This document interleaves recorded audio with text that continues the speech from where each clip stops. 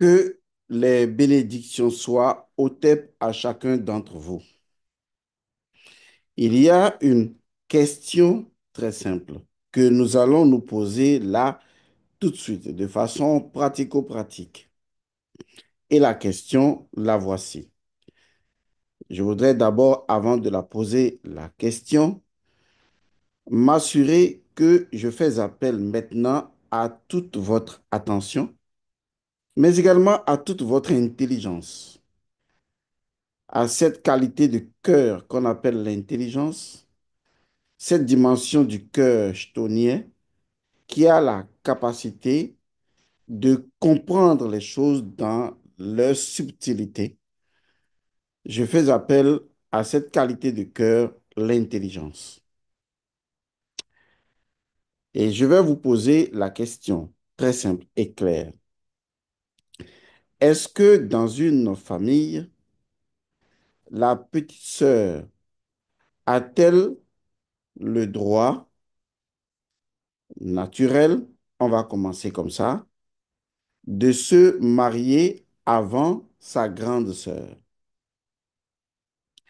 Je suis El Mancio Godson, spiritualité ancestrale, spiritualiste ancestral. Je suis là pour vous aider à comprendre les lois qui fondent la métaphysique de la nature. Comment est-ce que vous pouvez les contourner? Comment est-ce que vous pouvez les utiliser à bon escient?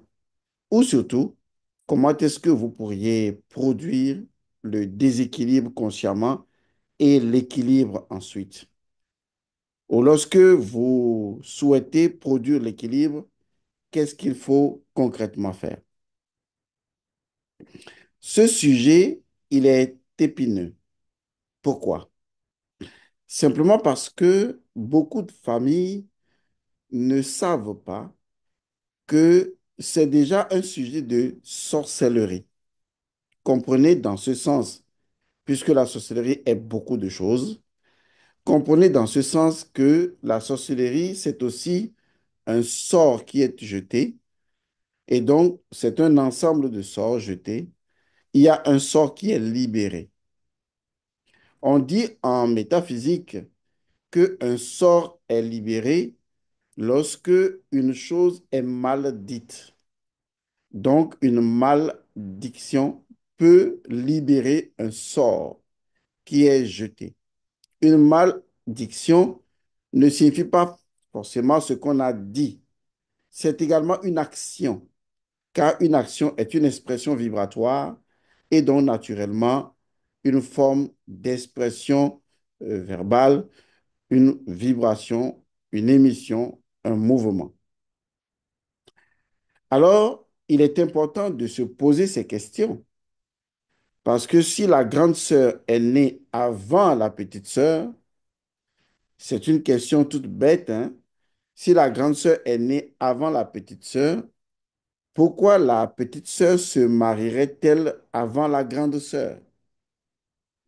Et toutefois, quand je pose cette question, pour beaucoup de personnes aujourd'hui très impérialisées, occidentalisées et déconnectées par l'énergie japhétique de leur propre identitaire, vont réagir et me dire, oui, c'est la liberté, c'est l'indépendance de chacun. Bon, de toute façon, être indépendant et être libre, c'est deux choses complètement différentes. Il faut que vous le sachiez. La liberté, oui. L'indépendance, d'accord. Mais dans ce cas, est-ce que vous savez ce que c'est la liberté? Parce que c'est de ça qu'il s'agit. Oui, bon, entre autres. Une personne indépendante peut faire ce qu'elle veut. On est d'accord. Et lorsque cette personne fait ce qu'elle veut, eh bien, cette personne ne tient pas forcément compte de l'interaction avec les autres. Mais cette personne sera obligée de tenir compte de l'interaction avec les autres et dans ce cas, va devoir évoluer au-delà de l'indépendance et plonger dans la liberté. Parce que la liberté lui impose un autre comportement.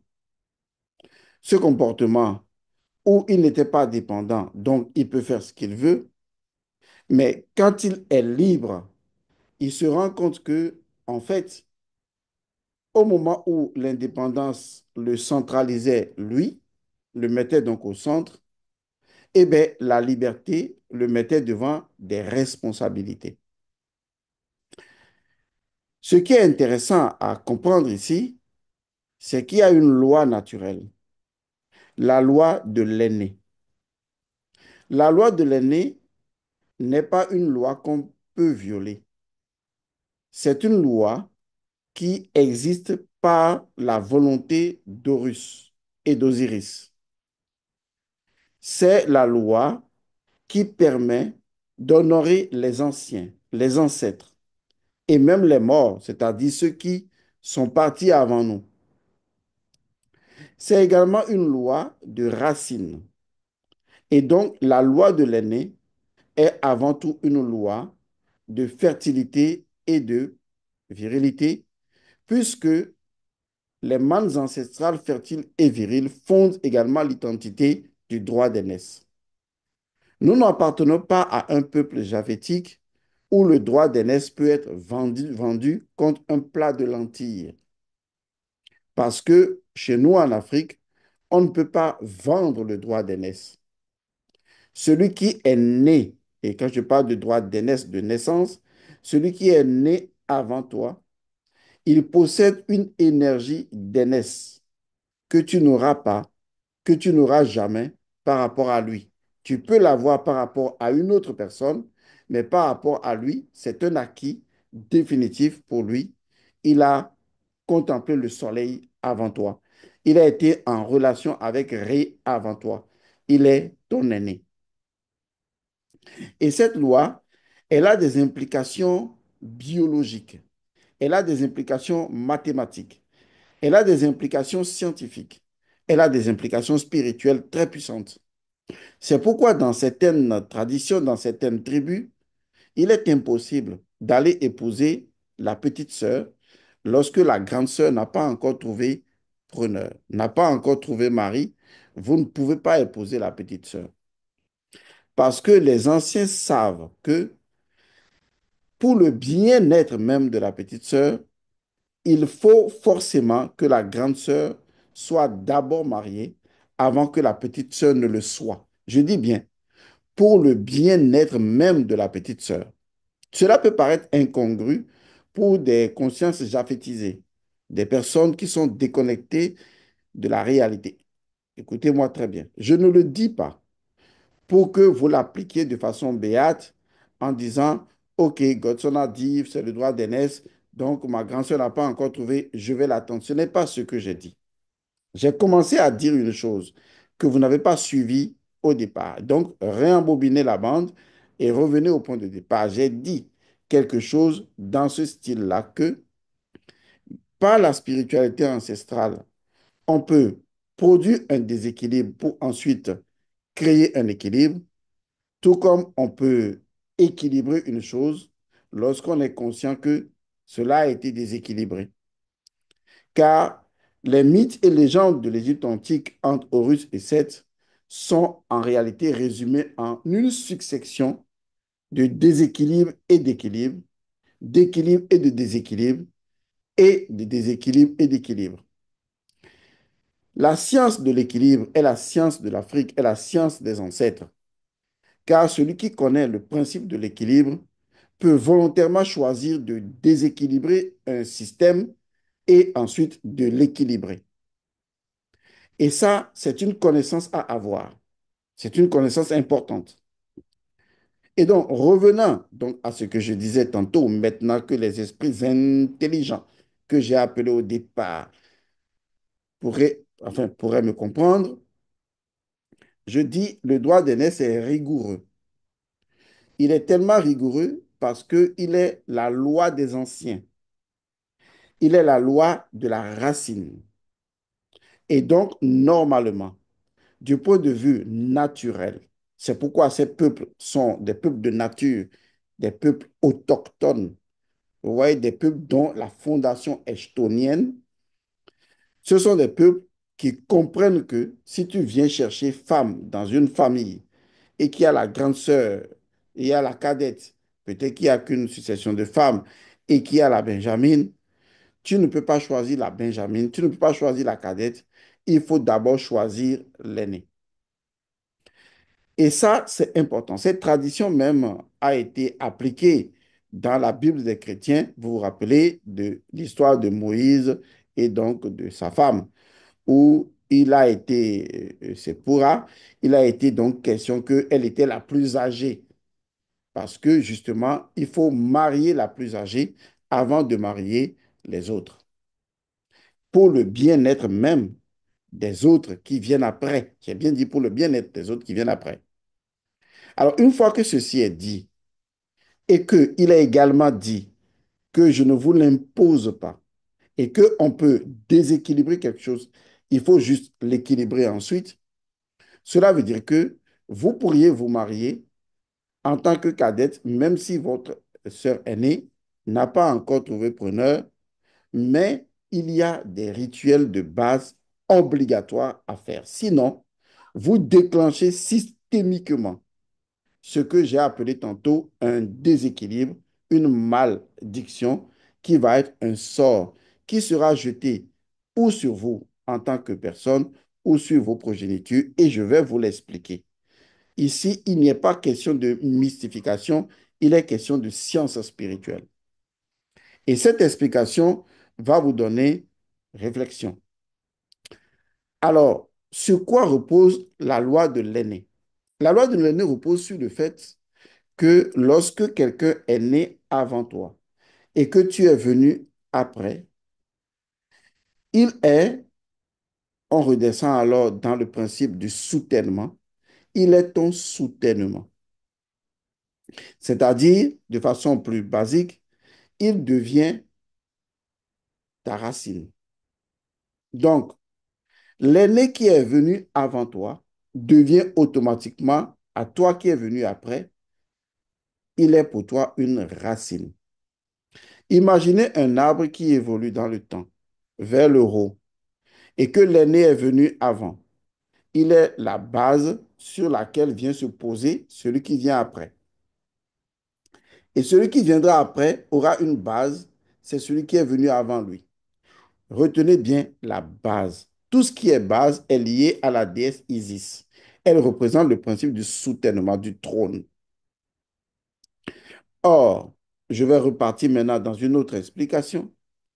Vous savez très bien que si vos parents ont eu des enfants morts-nés ou des jumeaux morts-nés ou des jumeaux où un est mort, tous ces cas, bien avant votre naissance, vous savez très bien que vous êtes influencé, vous qui êtes né après, par l'énergie de ce qui s'est passé avant vous. On est d'accord. Cela veut dire qu'en fait, ces énergies avant vous, exemple, avortement d'un enfant, donc un aîné, et vous venez après, vous voyez déjà, ou enfant mort-né, donc aîné, et vous venez après, ou bien jumeaux, un est décédé, donc avant vous et vous venez après.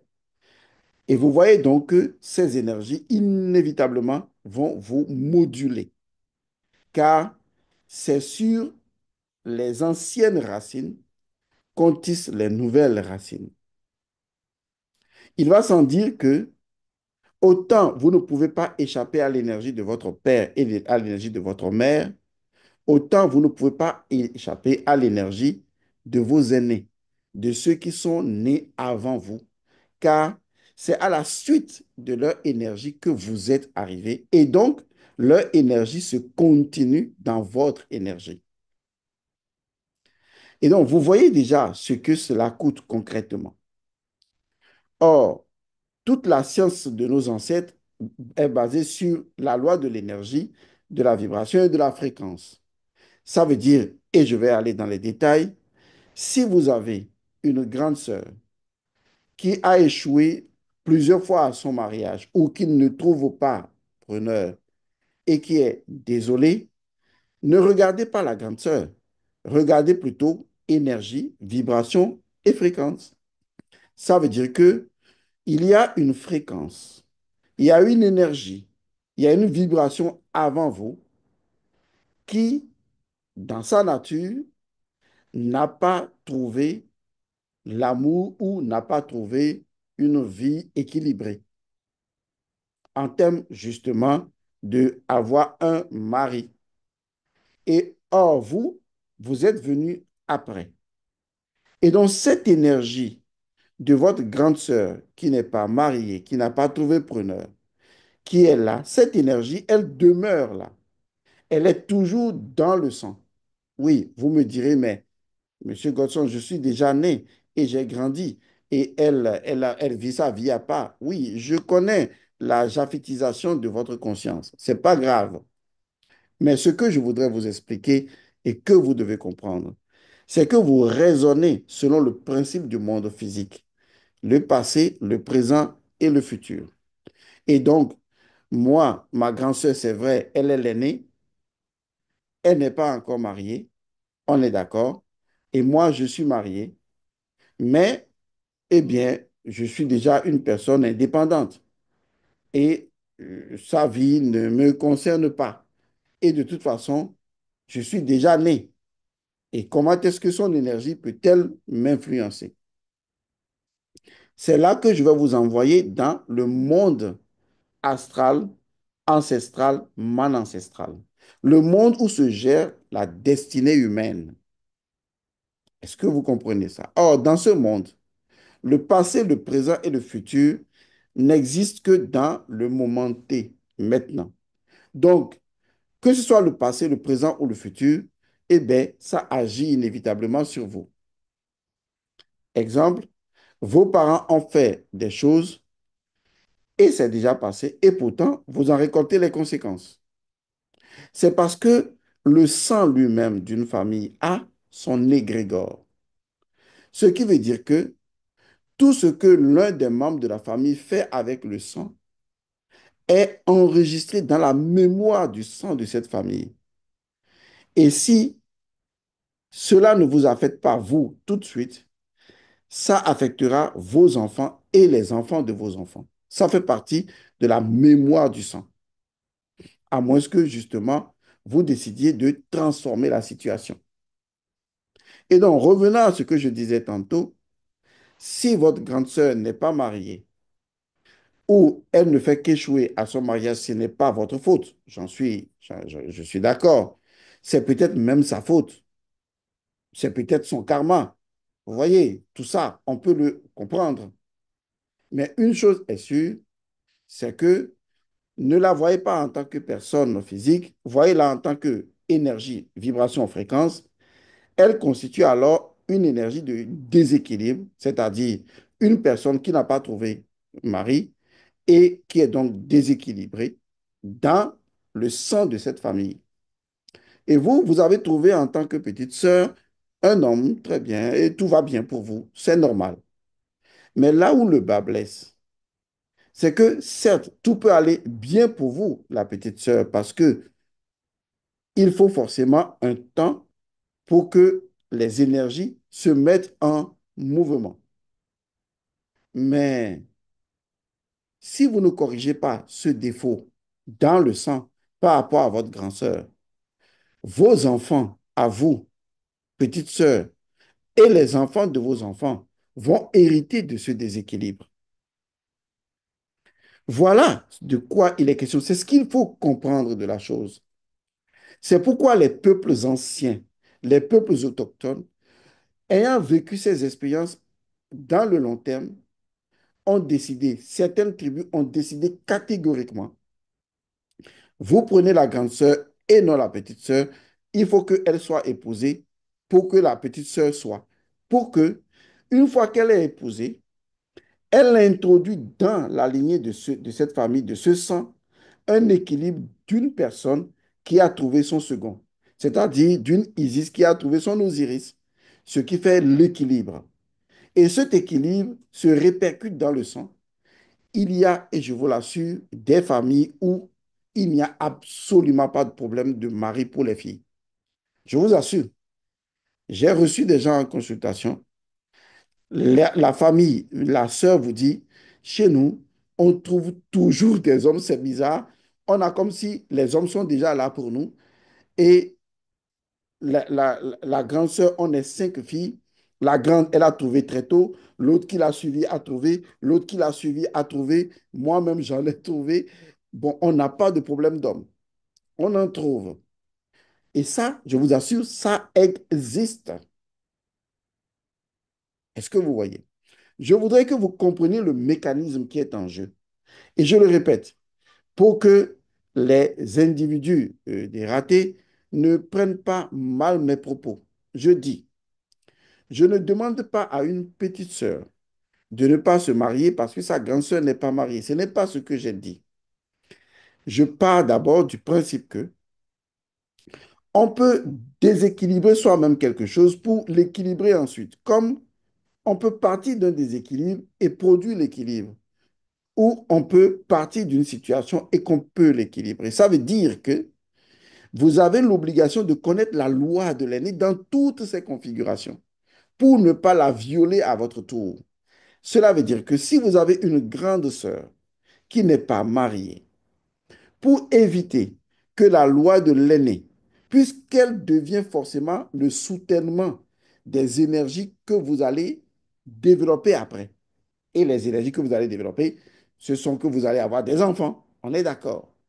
Pour éviter que le fait qu'elle, elle est restée seule jusqu'à ses 30 ans, ses 40 ans et même ne s'est jamais mariée, pour que cette énergie de déséquilibre ne vienne pas détruire ou ne vienne pas, disons, laisser trace pour être copiée après par une de vos descendantes, il faut alors que vous corrigiez ce déséquilibre-là. Vous avez plusieurs possibilités. Donc, avant de se marier, les parents connaissent ça, vous devrez aller, si votre grand-sœur n'est pas mariée, vous devez aller recevoir sa bénédiction. Vous devez aller recevoir son autorisation. Vous devez faire le rituel ou la cérémonie qui permet à la grande sœur de vous accorder sa bénédiction. Parce que vous devez aller lui dire tout simplement que vous venez lui demander pardon. Ça ne veut pas dire que vous avez commis une faute, mais le pardon est l'autoroute qui mène vers le cœur et l'amour et l'équilibre. Vous faites savoir que dans l'ordre normal des choses, c'est à elle de se marier pour que vous recevez de l'aîné qu'elle est la bénédiction du couple de laquelle vous, vous devez construire votre vie de couple. Et que c'est ainsi que les choses sont dans les mâles ancestrales fertiles et viriles. Mais que maintenant, le monsieur vous a choisi. Et c'est pourquoi vous venez vers elle pour recevoir sa bénédiction. La bénédiction du mari qu'elle devrait avoir pour être équilibrée, qu'elle vous accorde cette bénédiction-là. C'est une méthode très simple à comprendre et ça se fait. Une fois que vous recevez son autorisation, ça ne veut pas dire qu'elle va vous en empêcher, non, mais c'est une façon de parler. C'est comme un roi qui fait une délégation de pouvoir. Une fois que vous recevez son autorisation, vous n'avez plus enfreint la loi de l'aîné. Au contraire, c'est l'aîné qui vous a accordé sa bénédiction pour aller de l'avant. Il y a des familles dans lesquelles cela se fait automatiquement, où la grande sœur, elle participe, elle vous bénit. Mais il y a des familles dans lesquelles on sait, la grande sœur, au fond, elle n'est pas d'accord. Et c'est là que vous remarquerez que la petite sœur, après, elle va dire, je sens que c'est ma grande sœur qui me fait ça, elle m'en veut, je ne sais pas pourquoi, je la vois dans les rêves, c'est la sorcellerie. Non, ça ne veut pas forcément dire qu'elle fait de la sorcellerie. J'ai dit, lorsqu'il y a déséquilibre, il y a donc malédiction. Un sort est libéré automatiquement parce que vous n'avez pas honoré l'équilibre avant d'avancer. Il faut donc savoir que selon l'ordre naturel normal des choses, votre grande sœur doit se marier avant vous. Et des tribus veillent à cela. Continuez la force de l'aîné pour que les bénédictions soient. Car Vous, la cadette ou la benjamine, votre énergie doit se construire sur l'énergie de l'aîné. C'est pas comme si vous vous êtes marié et donc vous devenez l'aîné et l'aîné devient la petite sœur. Ça n'existe pas. On ne peut pas inverser l'énergie d'un aîné ou d'une aînée. Elle est née avant vous, point barre, c'est fini. C'est inscrit comme ça. Est-ce que vous voyez? Mais le monde ancestral peut vous donner une dérogation, une permission pour que la bénédiction de l'aîné vous accompagne. Et c'est cette bénédiction qui fera que, eh bien, tout se passera bien. Sinon, il se pourrait que dans votre vie de couple, vous ayez du mal à avoir des enfants ou que des problèmes surviennent ou que des formes d'attaque arrivent sans que vous ne sachiez d'où ça vienne, alors qu'en fait, ça vient tout simplement d'une malédiction, c'est-à-dire le résultat d'un déséquilibre qui n'a pas été pris en compte pour être équilibré avant que l'on avance dans la vie. Je sais que ce que je dis peut choquer des gens parce que les gens vont penser qu'on est en train de restreindre leur liberté. Non, vous êtes indépendant. Vous avez l'indépendance de faire ce que vous voulez, mais pas la liberté de faire tout ce que vous voulez. Là où je suis en tant que Elmansu Godson, je suis indépendant. Je survis à mes propres besoins. Et donc, naturellement, je peux décider de faire ce que je veux dans mon indépendance. Mais dans ma liberté, je ne peux pas. Parce que justement, ma liberté, elle rencontre la liberté de quelqu'un d'autre. Et je dois tenir compte de cette liberté. Ma liberté, elle rencontre la liberté de mes parents. Et je dois tenir compte de ça. Ma liberté, en tant que parent, elle rencontre la liberté de mes enfants. Et je dois tenir compte de ça. Et donc, si l'indépendance ne m'affiche pas tout de suite une responsabilité, la liberté, elle, m'oblige à la responsabilité des indépendances. Voilà les faits. Donc, ne confondez pas les choses en pensant que vous pouvez faire ce que vous voulez. C'est pas comme ça que ça marche. Il n'y a pas de liberté sans loi. Il n'y a de liberté que par les lois de la nature. Si vous n'honorez pas vos ancêtres, comment est-ce que vous êtes libre? Alors que c'est en honorant vos ancêtres que vous les libérez et que vous-même vous vous libérez du conditionnement de vos ancêtres qui a un impact dans votre vie. On appelle ça la responsabilité spirituelle. Alors, je m'adresse à des intelligents. Je ne veux pas ici des cons et des idiots. Je veux des êtres intelligents. Ceux qui peuvent comprendre les équations, qui lient les événements et les situations entre elles et qui peuvent en déduire de la lumière et de la luminescence. C'est ça, les êtres intelligents. Et ça, il faut la toile d'araignée du cœur pour le réaliser, la force stonienne. Je viens donc vous rappeler, à vous, dans vos différentes familles, parents et enfants, amenez vos enfants à honorer le droit de l'aîné. On ne vend pas l'aîné contre un plat de lentilles. Non, l'aîné doit être honoré. Veillez à ce que si un aîné est et que l'autre doit le devancer pour engager le sang de la famille, il faut qu'il y ait la bénédiction de l'aîné. Et de la tousiner, l'aîné doit lui donner la bénédiction. Je vous ai déjà dit que la bénédiction ancestrale est composée de deux choses qui se réunissent en troisième élément. D'abord, donner la vie, prononcer les paroles de vie, vibrer pour que la vie soit transmise. Et ensuite, faire rayonner, faire glorifier cette vie. Et dont l'aîné doit parler dans le mariage de sa sœur. Elle doit prononcer des paroles qui accompagnent. Peut-être que vous le faites déjà inconsciemment sans vous en rendre compte. Mais il est important que je puisse vous insister là-dessus. Parce qu'aujourd'hui, vous êtes à l'étranger, vous faites ce que vous voulez. Des fois, vous n'informez personne et vous vous dites après, je sens que on m'attaque du village. Non. Souvent, on ne vous attaque même pas. C'est systémique au sang. Il y a des lois, il y a des interdits, il y a des, il y a des codes, voilà, qu'on ne peut pas violer et on ne peut pas outrepasser sans raison. Et si on est amené à outrepasser, il faut faire ce qu'il faut. Lorsque tu veux mettre ton doigt sur la langue d'un aîné, il faut procéder avec sagesse.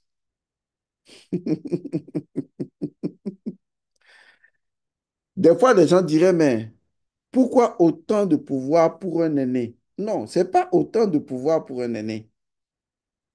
C'est là que vous verrez qu'en fait, il n'est pas facile d'ouvrir le chemin.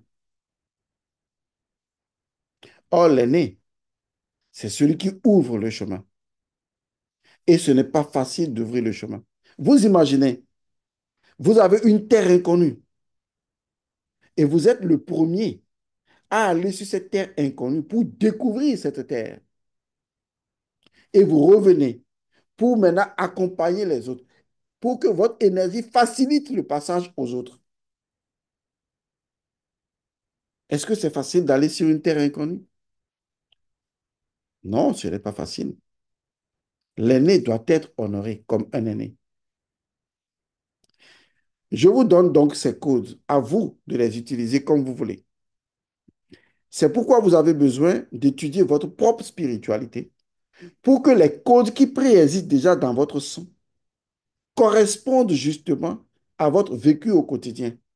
Sinon, vous allez vivre de fausses vies basées sur des codes étrangers et demain, les conséquences seront des malédictions qui proviennent des déséquilibres et naturellement, des sorts sont laissés dans votre sang et vous crierez bêtement, naïvement, inconsciemment, sorcier, sorcier, sorcier, sorcier, sorcier.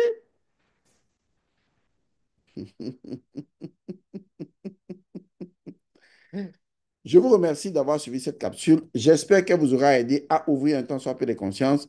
Cela montre également que nous avons l'obligation de créer une école de spiritualité ancestrale. Normalement, ça doit être la prochaine étape. Créer une école de spiritualité ancestrale où on enseigne les enfants d'un certain âge jusqu'à un certain âge. Car il y a beaucoup de choses que l'éducation conventionnelle actuelle ne nous enseigne pas. Or, ces choses-là, ces codes-là, il nous faut les avoir. Pour finir, on me poserait la question de savoir, Monsieur Godson, mais on dirait que tu n'as parlé que des femmes. Oui, c'est vrai, je n'ai parlé que des femmes parce que elles ont un rôle plus profond à jouer parce que c'est elles qui constituent les matrices. C'est en elles que se joue tout le jeu de la vie. Mais ce que j'ai dit concerne également les hommes. Je vous remercie d'avoir suivi cette capsule. Je vous dis paix et bénédiction à vous. Merci.